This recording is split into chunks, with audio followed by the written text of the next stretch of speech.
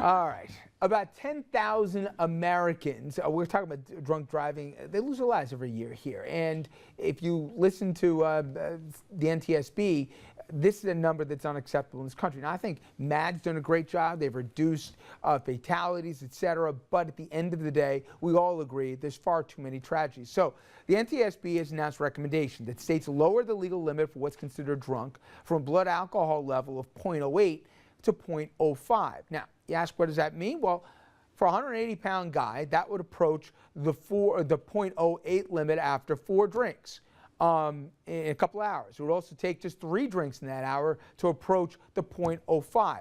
For a 130-pound woman here, that's 2 drinks in an hour and a half at dinner. Now, I know what they're trying to do, but you go out for dinner and you have 2 glasses of wine. Do you think that that should make you get ready to be cuffed and stuffed if the cops pull you over? Not cuffed and stuffed, but I also think if I'm going to drink, I can get somebody to drive me. I can take a taxi. But do you think 2 glasses of wine at dinner?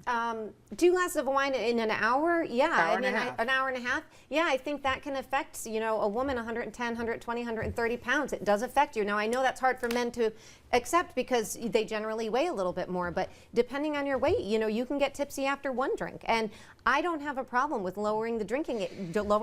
I gotta think that bars and restaurants here are going to go apoplectic. So in 1990, the first bill I ever introduced as a state assemblyman was a bill to incentivize bars to put in a breathalyzer machine.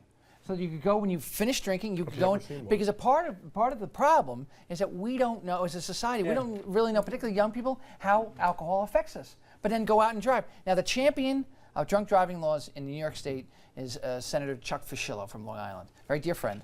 And he has told me about how it's all about the impairment, that you really have to get to the accidents where you don't turn the wheel fast enough. Everyone thinks you're stumbling drunk. That's not the target. The target. So you like this bill? I think you got to look at it. You have to look at it very seriously. The problem is that it's not clear. 0.05, you might react very differently to 0.05 very for true. me. At 0.08, it's pretty obvious that most people would be acting in one way or another.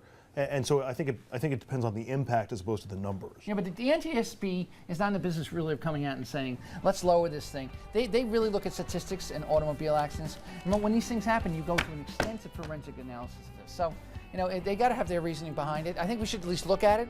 But here's the other thing. There are a lot of other things you got to take a look at. Tired folks. So I got to hit a break here. We'll wrap things up and come back.